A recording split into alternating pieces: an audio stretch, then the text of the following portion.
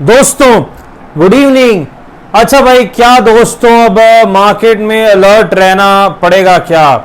खतरे की घंटी बज गई है क्या? डिस्कस करेंगे निफ्टी बैंक निफ्टी स्टॉक्स की एनालिसिस करने का प्रयास करेंगे। स्वागत है आपका आपके अपने चैनल टीके मनी में। मेरा नाम है त्रिभुवन। चलिए चर्चा की शुरुआत करते हैं। सबसे पहले सबसे इंपॉर्टेंट मार्केट यानी निफ्टी दोस्तों, इंडिया विक्स वोलेटिलिटी इंडेक्स कहां पर है? लगभग 16 के आसपास है। अब क्या होगा? कुछ भी हो सकता है।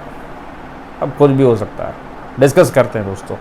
सबसे पहले दोस्तों, ये जो लेवल है निफ्टी में आज, जहां पर ये नेगेटिव पैटर्न बना है, ये बहुत गौर करने वाली बात है। यानी अगर निफ्टी एक या दो दिनों के अंदर इस लेवल के ऊपर नहीं जाता है, याद रखना है 23,400 के ऊपर नहीं जाता है, तो एक ठीक ठाक गिरावट, एक ठीक ठाक करेक्शन निफ्टी में आ सकती है। ये चीज आपको याद रखनी।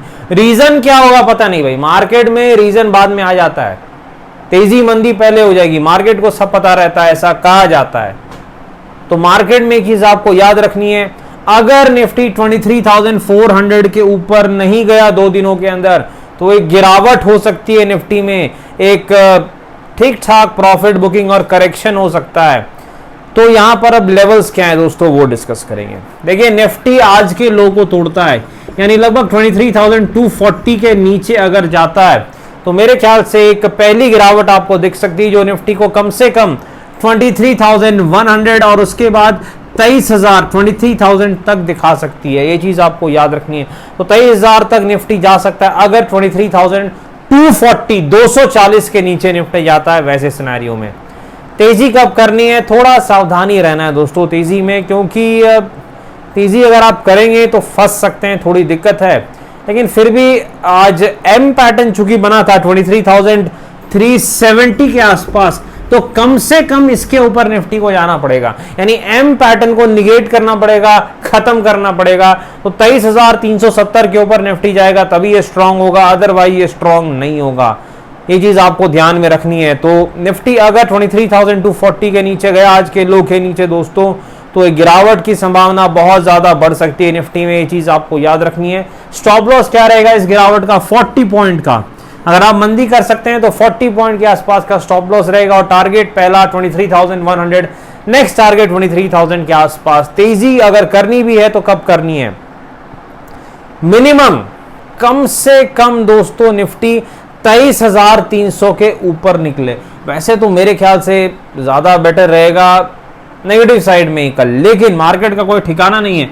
तो 23,300 के ऊपर जब निफ्टी निकले, तो लगभग 40 पॉइंट के स्टॉप लॉस के साथ लगभग 80 से 90 पॉइंट की तेजी हम कर सकते हैं, यानी 23,400 के आसपास का टारगेट जो कि रेजिस्टेंस है हम देख सकते हैं। तेजी कब करनी है? 23,300 के ऊपर। मंदी 23,240 के नीचे। सपोर्ट कहां पर है? 23,000 के आसपास सपोर्ट है। डब्ल्यू और एम बिल्कुल नहीं भूलना, हमेशा याद रखना है डब्ल्यू और एम पैटर्न स्ट्रेटजी को। निफ्टी बैंक के पास चलते हैं दोस्तों। निफ्टी बैंक का हाल भी काफी बेहाल ही रहा है, अच्छी परफॉर्मेंस निफ्टी बैंक की भी नहीं रही है। अगर निफ्टी बैंक 49,600 के नीचे गया, तो मेरे ख्याल से फिर ये गया और बहुत बड़ी गिरावट दिखा सकता है। 49,100 तक मिनिमम जा सकता है। अगर निफ्टी बैंक 49,600 के नीचे गया, तो निफ्टी बैंक गया, और 49,100 के आसपास के लेवल ये दिखा सकता है। तेजी कब करें निफ्टी बैंक में? जब ये 49,900 के ऊपर जाए, 49,900 के ऊपर जाए, तभी हम तेजी करेंगे। और फिर तब जो है बैंक निफ्टी एक अच्छी खासी तेजी दिखा सकता है, अच्छे खासे लेवल वैसे सिनेरियो में दिखा सकता है। हो सकता है आपको फिर निफ्टी बैंक 50,000 तक के लेवल भी दिखा दे, कोई बड़ी बात नहीं, 50,200 तक के भी लेवल दिखा सकता है। डब्ल्यू और एम यहां भी काम करेगा। स्टॉक्स में सबसे पहले बंधन बैंक के पास चलते दोस्तों। बंधन बैंक में अच्छी खासी तेजी हो रही है, लेकिन अब ये फंस चुका है। 202 के ऊपर निकले तभी बंधन बैंक में तेजी करनी, क्योंकि यहां पर एक रेजिस्टेंस है बंधन बैंक का। सपोर्ट कहां पर है? 178 के आसपास। एनटीपीसी के पास चलते हैं दोस्तों। पीएसयू स्टॉक्स में बहुत बड़ी गिरावट हुई थी, उस हिसाब से उतनी अच्छी रिकवरी अभी तक नहीं आई है। अगर एनटीपीसी 364 के नीचे गया तो और गिरावट हो सकती है, 340 तक भी जा सकता है स्टॉक, लेकिन अच्छा है, कोई दिक्कत नहीं। पीएफसी के पास चलते हैं दोस्तों, इधर भी गिरावट है।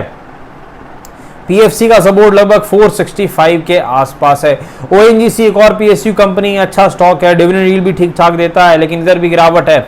250 के आसपास इसका सपोर्ट है दोस्तों। डिस्क्लेमर आपको पता है दोस्तों, वीडियो एजुकेशनल और इन्वेस्टमेंट पर्पस के लिए फाइनेंशियल एडवाइजर से बातचीत करके में काफ़ी जोखिम में, थोड़ा ध्यान से काम करें। धन्यवाद।